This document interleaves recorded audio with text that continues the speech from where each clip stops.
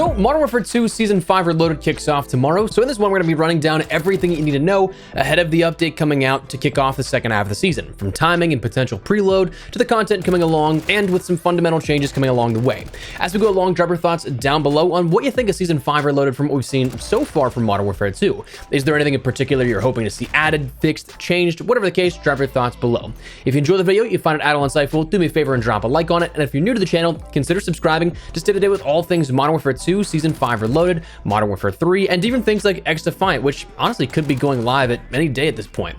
But we'll keep you up to date with all that kind of stuff. If you're at all interested, I'd love to have you in the community. Finally, check out my friends over at G Fuel for 30% off certain items in the month of August, but more on that a little later. For now, let's take a look at Season 5 Reloaded and everything that you need to know. Firstly, well, when does Season 5 Reloaded actually start? When can you jump in and start playing this new content? It's going to be launching tomorrow, August 30th at 9 a.m. Pacific time, 12 p.m. noon Eastern, and 5 p.m. in the UK and elsewhere in the world as denoted by the on-screen graphic, to hopefully cover all the bases here for where you may be if it's not necessarily easily converted time zones from just the three mentioned. But at those times, that's when you can jump in and start playing Modern Warfare 2's Season 5 Reloaded update. Now, as for a preload, because this is going to be something that it requires a title update, not just simply a playlist refresh like we see regularly. But right now, there are no details as of recording this. Spoiler alert, this is actually recorded as of yesterday. But as of recording this, there are no details on if there will be a preload or not. However, if preloadable, usually this kind of stuff is reserved for PlayStation users only, unless there are larger things like beta preloads or a launch preload of sorts, or campaign early access preload. Most of, if not all of the in-season content in the game's content support year has been, as of recently, designated as an exclusive for PlayStation. So PlayStation users may very well be able to preload this, but everybody else, unfortunately, may be having to wait until 9 a.m. Pacific time to start downloading that update. Let's talk about the content available. Firstly, it's starting out with multiplayer. We do have one new multiplayer map here coming, and it does, from indications from what we've seen in key art imagery, does look to actually be a new map, but we have the map of DRC Zone 1. So that's something that's been described previously as something for close quarters engagements, fast, high action combat. So if that's up your alley, this might be the map for you, and a new one at that. We'll see new weapons, as we detailed in depth in yesterday's video, unlocked by completing challenges in Sector E0 of the Battle Pass. That is going to include the Pickaxe, 9mm Demon, and the Lockman Shroud. The Pickaxe is going to task you with getting 15 operator kills with melee weapons. The Demon is going to task you with getting 15 operator headshot kills with pistols. And the Lockman Shroud is that MP5 SD variation where you have to complete all 4 challenges before that to unlock the weapon challenge of getting 30 operator hipfire kills with SMGs. Once you do all those 4 prerequisites and then the weapon challenge for the Lockman Shroud, it's yours. We'll also see new modes of gunfight snipers introduced here, but still later on in season we'll have things like armored gunfight and face-off 4v4 coming as well. So the back half here actually does have some pretty cool playlists on offer for Modern Warfare 2's multiplayer. But that's really kind of the only stuff that explicitly affects multiplayer, though truth be told, not a whole ton is coming to Warzone and DMZ by comparison either. So it kind of seems like there's some content, not an overwhelming amount, for basically every segment of the game so far. Warzone will end up seeing Fort Resurgence added in, which is Al Bagher Fortress and the surrounding areas, as its own standalone Resurgence map. It's its own playlist at launch, not necessarily in the rotation just yet, but it will be introduced into the playlist rotation for Resurgence with Vondel and Ashika Island shortly after launch. So probably that first week we'll have that dedicated Fort Resurgence game mode and playlist, but then we'll see it folded into the overall Resurgence rotation. Now this is something that we actually will see the most Resurgence playable at a time in Warzone history. Previously it was just Fortune's Keep as well as Rebirth Island, but now we have Fort Resurgence, Ashika Island, and Vondel. So I'm a little torn on this. I do think it's cool that we have so many things on rotation now, but I also don't quite like the notion that this is a new piece of content. Seems like they've at least shifted the marketing terminology to be new experience rather than map. So technically they acknowledge that it's not entirely new, but and we'll see how it all pans out. Honestly, I've been so deep on the ranked grind playing Al Mazrah's full map that I probably won't even be bothered to check this out initially as is. So to me, it's whatever. We'll see Armored Royale also coming, which is, again, that returning mode from Warzone 1. You have the new MRAPs and those sort of roaming fortresses that are your lifeline, per se, with the game mode, but that'll be for some people, maybe not for others, but that's the Warzone content being introduced with this update. DMZ, it's being branded DMZ Reloaded, though it really isn't a whole ton being offered in DMZ, but we'll see Shadow Company tiers and those faction challenges, tiers 3 to 5 introduced. We only saw a couple introduced with the seasonal launch, but now we'll have new tiers of missions and new rewards along along the way. We'll see new communication station additional upgrades where it's detailed in addition to unlocking urgent missions for all 5 factions, operators can unlock additional permanent benefits by completing new communication station upgrade tasks. Those including things like lengthened durations on the UAV towers and SAM sites. So honestly, pretty decent here for those kind of upgrades. There's a new host leave game feature coming, which I don't know how to decipher that. Like, that is just sounds weird. I've seen some discussion around it in the DMZ community that it kind of sounds like they're almost making the game peer-to-peer at that point.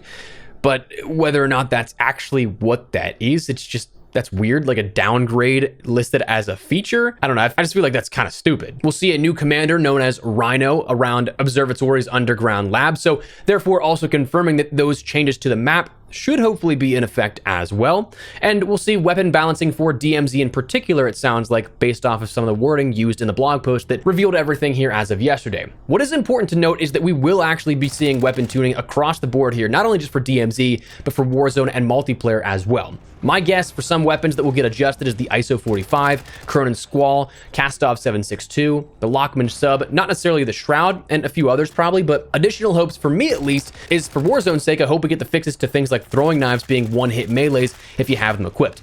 Doesn't really make for competitive integrity with one-hit kill weapons whenever you see that kind of stuff in, say, ranked play. I'm hoping for fixes to the stim pistol not insta-killing you. If you don't have that as a full stim pistol, like if you pick it up off the ground and it has a use, or if you pick it up off the ground, it's going to have one use taken off. That's something that if you have it equipped or in your inventory backpack, it'll kill you instantly instead of going down whenever you do get downed. So hoping that's going to get fixed out. That's persisted for months now, but a bunch of other stuff on top of that I'm hoping to see.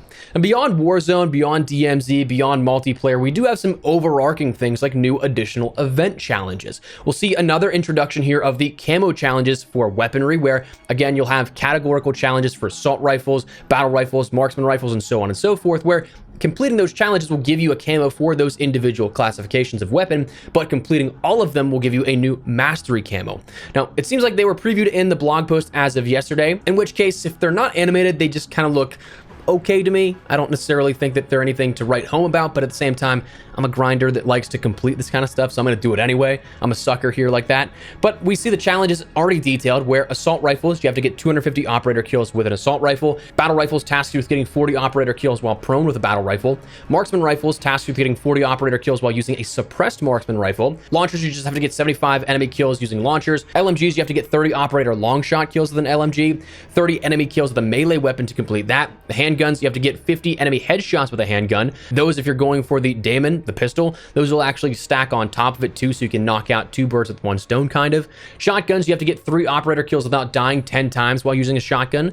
SMGs, you have to get 100 operator headshot kills while using an SMG. And snipers, you have to get 50 operator headshot kills with a sniper rifle. So a bit tougher in regards to some of the challenges as compared to Season 4 Reloaded and Season 3 Reloaded, but still very manageable, things you could probably knock out in one play session if you really go for it. And of course, if things like shipment are around, that's still going to be a big benefit as well. Now, on top of camo challenges, we're also going to see vehicle camo challenges for the first time, where unlike the weapon camo challenges, you only have to complete 6 of the 12 categorical challenges for the mastery rewards, which include a new weapon blueprint, a loading screen, and an emblem. But if you want to get that camo on every single vehicle class type, that's where you're going to have to complete all 12 challenge sets. That taking you across DMZ, Battle Royale, and Modern Warfare 2 game modes like Ground War. So for those challenges have already been detailed. The JLTV tasks you with getting 30 enemy kills by running them over with a vehicle. The armored truck in DMZ only, you have to ram 5 enemy vehicles at high speed. The ATV, you have to stay in the air while in the vehicle for 15 seconds. I'm assuming that's cumulative, because even if you go up and drive off Observatory, that's probably like, I'd say like 7 to 8 seconds max. But anyways, the heavy tank, you have to get 20 operator kills with either turret. The hatchback, you have to get 10 operator kills while leaning outside the vehicle. The light helo, you have to refill your helicopter at 10 different gas stations. The PWC, you have to visit 5 POIs while driving the vehicle. The armored patrol boat, you have to get 20 enemy kills with a boat turret. The dirt bike, you have to perform 20 air tricks with the dirt bike. And the MRAP, you have to get 30 operator kills using the turrets of that. So certainly some interesting stuff here to grind out, but before we wrap up the discussion about camos, one thing is a little bit of a reminder here. Ranked play camos will still be active for just about 4 weeks to earn. So this season within ranked play for Modern Warfare 2 and Warzone, you end up having the ability to earn universal weapon camos for every single weapon to unlock based upon your highest completion for skill division that will then be awarded at the start of Season 6. So whatever you peak out at, that's the camo you'll end up getting. For example, if you hit Iridescent and then drop down to, say, Crim 3, you'll still be awarded that Iridescent camo since that was the peak you had during the season. The only tier that doesn't count as your highest is that top 250 category in the respective ranked modes. In order to obtain the top 250 camo, you have to stay in and end the season in top 250. So if interested, plenty of time still to rank up and grind through those ranks. My squad's still going for Iridescent and Warzone, a couple of good nights away for SR, and we'll be there in no time and with plenty of time to spare. So we'll see if we can get that, but if interested, be conscious of that kind of stuff within Modern Warfare 2 and Warzone. Personally, my only gripe with this system is that, well, I'd love to be able to retroactively get those camos as well. So let's just say I finish in Crim or Iridescent. I'd love to also get the Diamond, Platinum, and Gold camos instead of just being whatever you capped out at in that top performance. I feel like that'd be a nice touch, especially if they are changing from season to season, but regardless, it doesn't seem like that's going to be the case. Beyond that, we will see new operators of Lara Croft, 21 Savage, and Mace.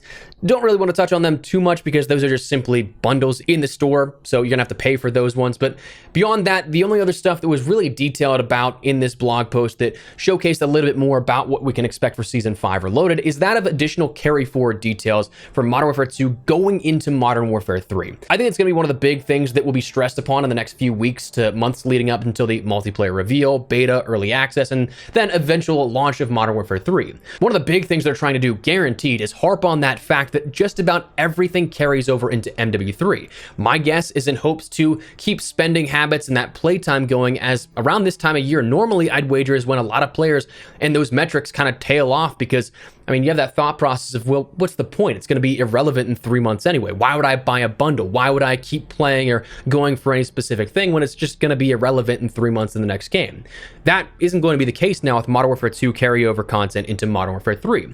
All weapons are coming. It was detailed again that all MW2 weapons will be usable as soon as players unlock Create a Class in Modern Warfare 3, which historically speaking is around level 4, so just about immediately. There's also clarification on camos, where camos will not be usable on Modern Warfare 3 guns, but will be on all Modern Warfare 2 guns, similar to how Warzone did it in-game, not the way that unlock tools allowed you to transfer camos to different games, but instead every weapon from Modern Warfare 2 carried over will have that ability to use things like Orion, Polyatomic, Platinum, Gold, your ranked camos, event camos, and so on and so forth. So things like that, but also additionally for things like your mastery emblems, charms, stickers, calling cards, and other cosmetics. And then finally, operators was mentioned as well, where it said nearly every operator can be used, but what that entails, whether or not we see some that don't carry over, we'll have to wait and see, but it might just be something that covers bases, like legally speaking, that if they can't get everything to change over, well, then there's at least that backing trail that they never promised it.